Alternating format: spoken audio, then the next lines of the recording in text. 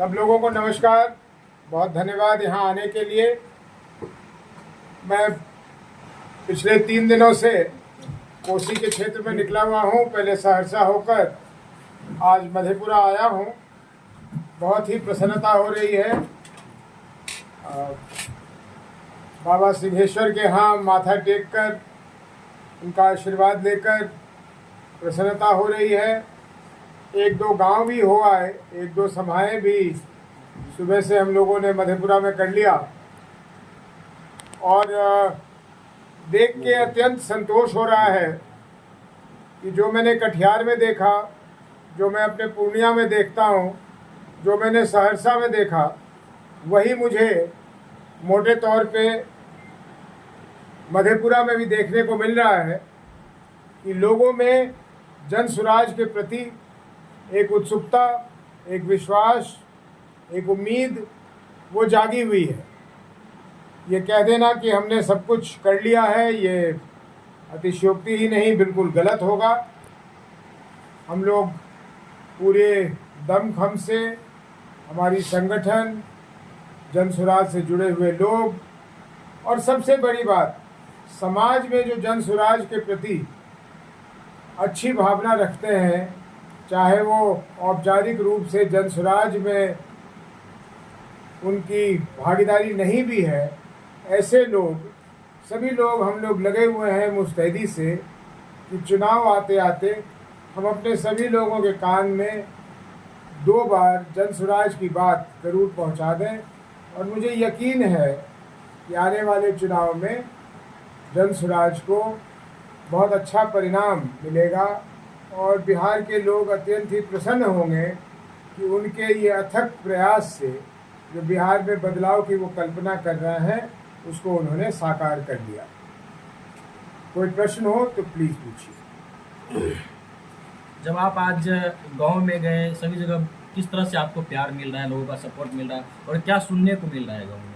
देखिए, कोसी क्षेत्र है, यहाँ मेरी पहचान लोगों के बीच सिर्फ कोई राष्ट्रीय अध्यक्ष जन सुराज पार्टी के तरह से नहीं है।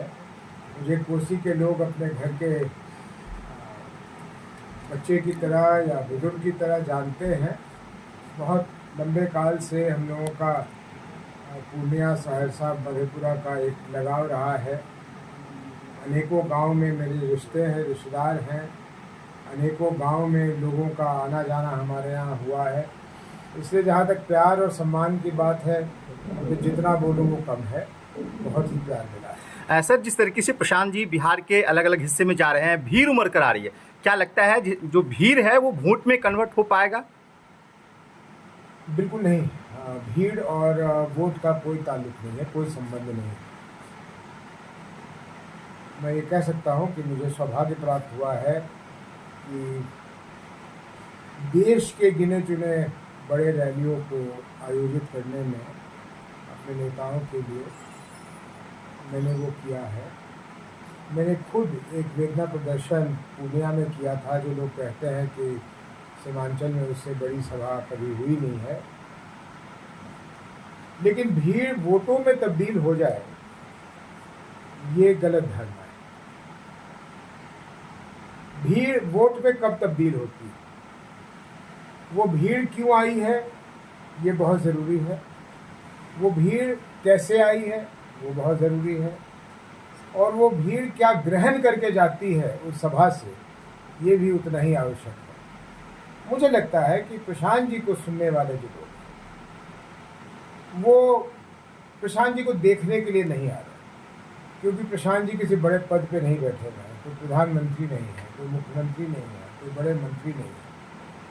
प्रशांत जी हैं और उनको सुनने के लिए कोई पैदल चल के या कोई परेशानी उठाकर आए, वही व्यक्ति आएगा जिसको शौक हो कि सुनने का कि वो क्या कहते हैं। जब वो बोलने लगते हैं तो आप उनकी सभाओं में, अक्सर मैंने देखा है YouTube के माध्यम, उनकी सभा में मैं गया नहीं हूँ अभी तक, लेकिन मैंने देखा है कि धीरे धीरे जो भीड़ है उसकी बॉडी लैंग्वेज बदलने लगती है। और जब तक सभा समाप्त होता है, भीड़ उत्साहित हो जाती है। भीड़ में एक उत्साह जो उसके आने के समय में नहीं था, वो उत्साह दिखने लगता है। अगर इन तीनों बातों को साथ में जोड़ कर देखा जाए तो ऐसा लगता है कि ये भीड़ जो आ रही है, इसमें से अधिकांश लोग ये मन बना कर जा रहे हैं कि उन्हें जन स्वराज के साथ मिलना है, उसका सहयोग करना है, और ऐसे में मैं समझता हूँ वो वोटों में तब्दील होगी। तीन मुख्य बड़ी पार्टियां, दो रीजनल और एक नेशनल पार्टी आपके सामने हैं। तीनों आपके लिए बड़ी चुनौती खड़ा कर सकती है, तो किसे आप प्रतिद्वंदी मानते हैं? मैं गिनती मैं कंफ्यूज हो गया। 2 रीजनल 1 नेशनल नहीं भाई, 2 रीजनल और 2 नेशनल हैं। अगर आप गठबंधनों की बात कर रहे हैं, कांग्रेस ने भी तक अपना नेशनल स्टेटस अपना कांग्रेस ने नहीं खोया है।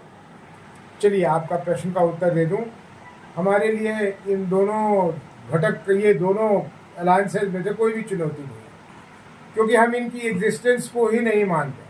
ये बिहार में हैं, हम इसको मान ही नहीं रहे। ये हमारे सोच के अलग है। हम लोग आए हैं अपनी जनता से बात करने।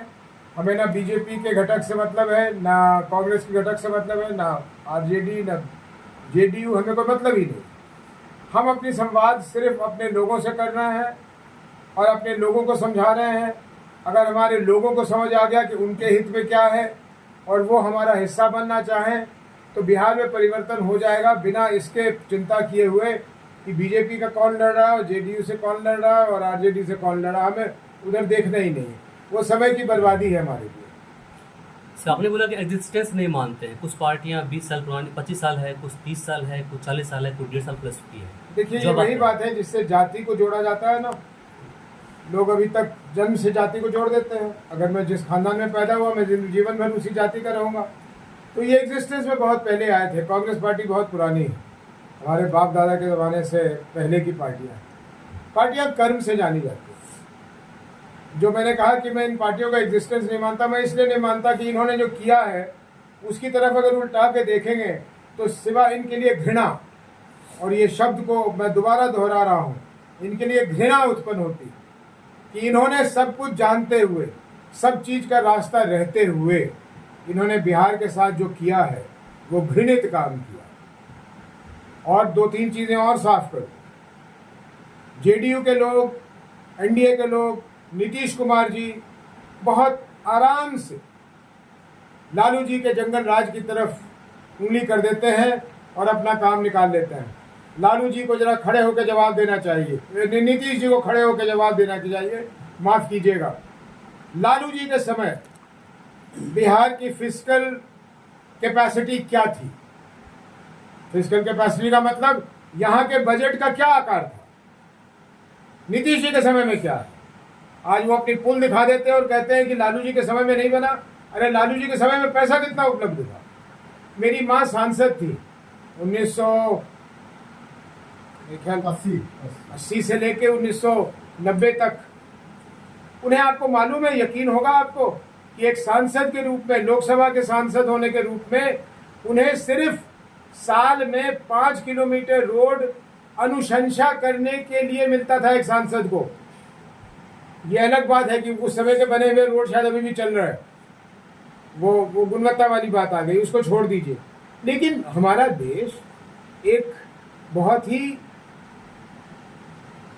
आर्थिक मामले में गरीब स्थिति से बढ़कर आज इस स्थिति में आया है कि कुछ लोग अति उत्साह में हमें चौथी या 5वीं दुनिया की अर्थव्यवस्था बना देते हैं। लेकिन वो बहस एक अलग बहस है कि ये कितनी झूठी और खोखली बातें हैं।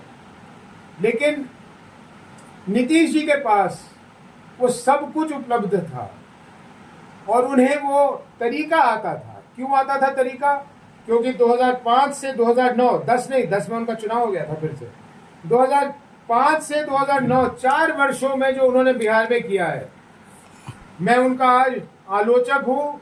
मैं उनका सबसे बड़ा उस समय में उन 4 वर्षों के लिए प्रशंसक था। बिहार में उन्होंने ऐसी परिवर्तन की थी जिसके लिए इतिहास में जरूर किसी कोने में ये बात लिखी जाएगी। हाँ, उसके बाद उन्होंने इन्हीं 11 वर्षों में बिहार के साथ क्या किया है जिससे घृणा उत्पन्न होती है, वो जग जाहिर है, सबके सामने। सर एक सवाल है, जिस तरीके से प्रशांत जी लोगों के बीच जा रहे हैं, अन्य पार्टियां भी लोगों से वार्ता कर रही है, लेकिन जनता किस पे विश्वास करे? कैसे उनको चुनाव से पहले आप उनके दिल की बातों को जीत पाएंगे? हम बिल्कुल नहीं ऐसा करना चाहते। आपका बहुत अच्छा, बहुत प्रासंगिक प्रश्न है। प्रासंगिक इसलिए है कि 30 वर्षों से मोटे तौर पे अन्य पार्टियां भी उन्हीं 5-6 चीज़ों को दोहराती रहती है। नीतीश जी को याद कीजिए, 2005 में उनका न्याय यात्रा निकला था। वो न्याय यात्रा का पहला मुद्दा था, जंगल राज तो वो बोलते रहते हैं, वो रटा हुआ है उनको, लेकिन उनका पहला मुद्दा था हम पलायन रोकेंगे।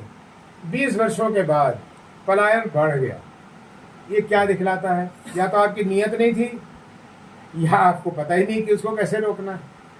तो इसलिए हम लोग, आपने जो पूछा कि जनता कैसे विश्वास कर ले, हम तो कह ही नहीं रहे जनता को कि हम पे विश्वास करो। हम तो घूम फिर के जनता को ये कह रहे हैं अपने आप पर विश्वास करो और अपने लिए किसी चीज़ की दुआ करो, अपने लिए किसी चीज़ की मांग करो, अपने बच्चों की तरफ देखो। पार्टी का नाम, जाति का नाम, किस नेता को तुम पसंद करते हो, कौन सा नेता क्या के यहाँ फड़िया मार रहा है, झूठ बोल रहा है, उसकी तरफ ना देखकर मुड़कर अपने बच्चों की तरफ देखो, अपने बूढ़े माँ बाप की तरफ देखो, अपनी पत्नी की तरफ देखो, अपनी दुख तकलीफ को सुनो। जन स्वराज क्या तुम्हें कहना चाह रही है वो सुनो, क्योंकि जन स्वराज मूलतः अभी भी एक अभियान है। पार्टी इसलिए कि पार्टी चाहिए, नहीं तो वोट लोग किसमें देंगे, अभियान को कैसे वोट दे देंगे। लेकिन हम मूलतः एक अभियान है। हम बिहार के लोगों को ये बतलाना चाहते हैं कि उठो भैया, जागो, देखो। और मुझे लगता है कि जब वो जागेंगे तो अपने आप पे तो विश्वास करेंगे।